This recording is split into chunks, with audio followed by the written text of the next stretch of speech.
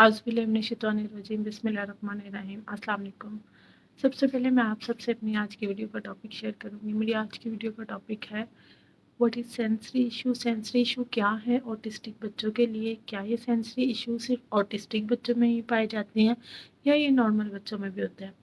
तो मैं आप सबसे पहले ये क्लियर कर दूँ कि जो सेंसरी इश्यूज़ होते हैं ये नॉर्मल बच्चों में भी होते हैं और ये ऑटिस्टिक बच्चों में भी होते हैं। ऑटिस्टिक बच्चों में कुछ ज़्यादा होते हैं नॉर्मल बच्चों की निस्बत, लेकिन जो नॉर्मल बच्चे होते हैं उनके सेंसरी इश्यूज़ जल्दी रिकवर हो जाते हैं बनिस्बत ऑटिस्टिक बच्चों के। ऑटिस्टिक बच्चों के जो होते हैं सेंसरी इश्यूज़ ये प्रोमिनेंट होते हैं। अब जैसे नॉर्मल बच्चा होता है उसे किसी चीज़ से डर लगता है या कुछ भी है, उसके साथ कोई सेंसरी इशू है तो उसको हम समझा लेते हैं, उसको क्लियर कर देते हैं कि बेटा नहीं, ये चीज़ ऐसी नहीं है, आप इसको टच करो, कुछ नहीं होगा ये वो।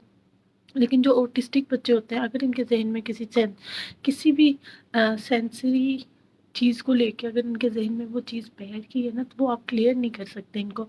इनको बहुत जल्दी आप ये नहीं समझा सकते कि ये चीज़ आपके लिए हार्मफुल है या नहीं है। वो खुद ही वो सीखें, वो खुद ही उनकी माइंड जो है वो इस चीज़ को एक्सेप्ट करे, तो तब उनको समझ आएगी सेंसरी इश्यूज़ है क्या।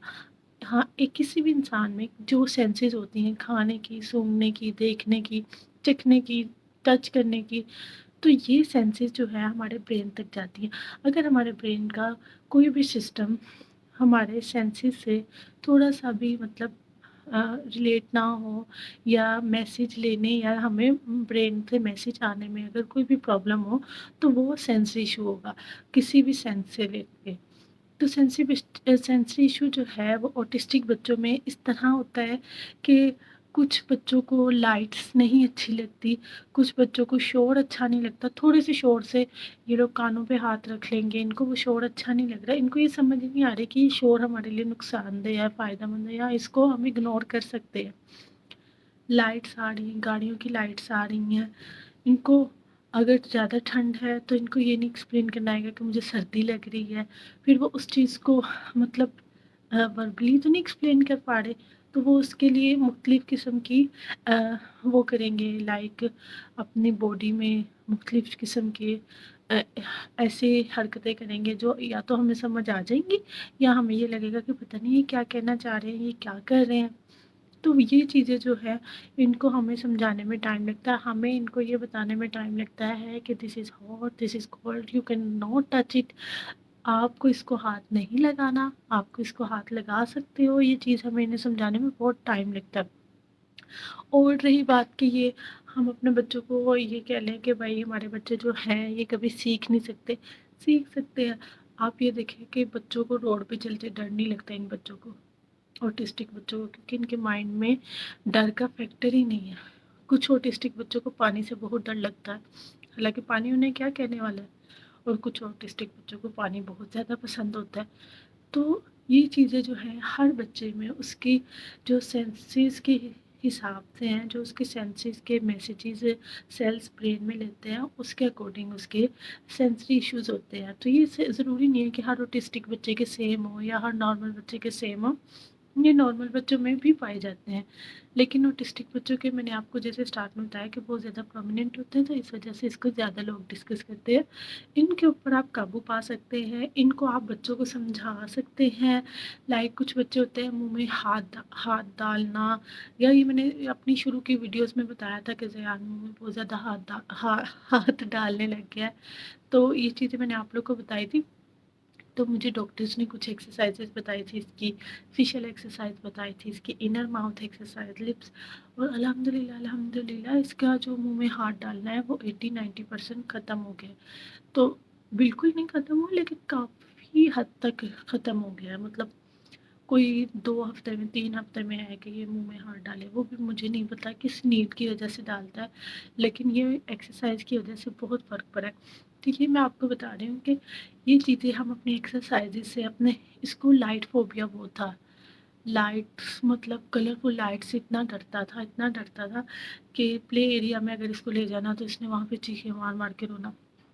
फिर मैंने क्या काम किया, मुझे डॉक्टर ने कहा कि आप घर में ना कलरफुल लाइट लगाएं जिसमें वो कलर्स जो है वो मूव करते रहते हैं।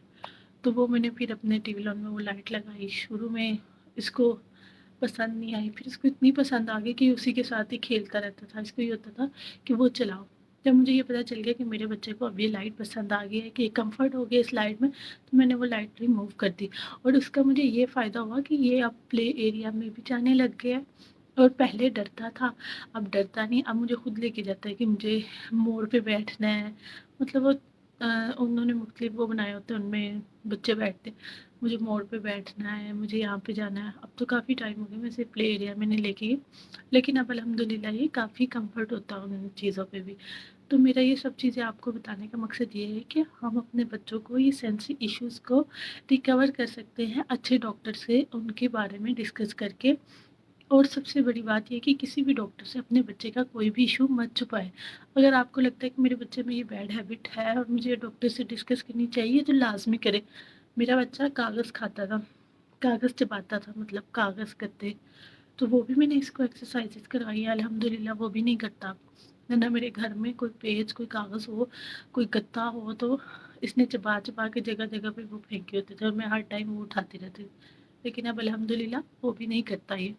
तो मेरा ये सब बातें बताने का मकसद ये है कि आप लोग भी अपने बच्चों के इन इश्यूज़ पे काम कर सकते हैं। सेंसरी इश्यूज़ पे काम करना ज़्यादा आसान होता है, क्योंकि इनके रिज़ल्ट बहुत जल्दी मिलते हैं आपको, बजाय वर्बल पे। और ज़ाहिर सी बात है, बुलाना, मुझे लगता है कि जो ऑटिस्टिक बच्चों में सबसे ज़्यादा मतलब मुझे जो मुश्किल लगा ना, वो है इनके टंग का यूज़ करवाना, कि इनको नॉन वर्बल बच्चों को वर्बल वर्ड, लाइन, इस चीज़ पे लाना।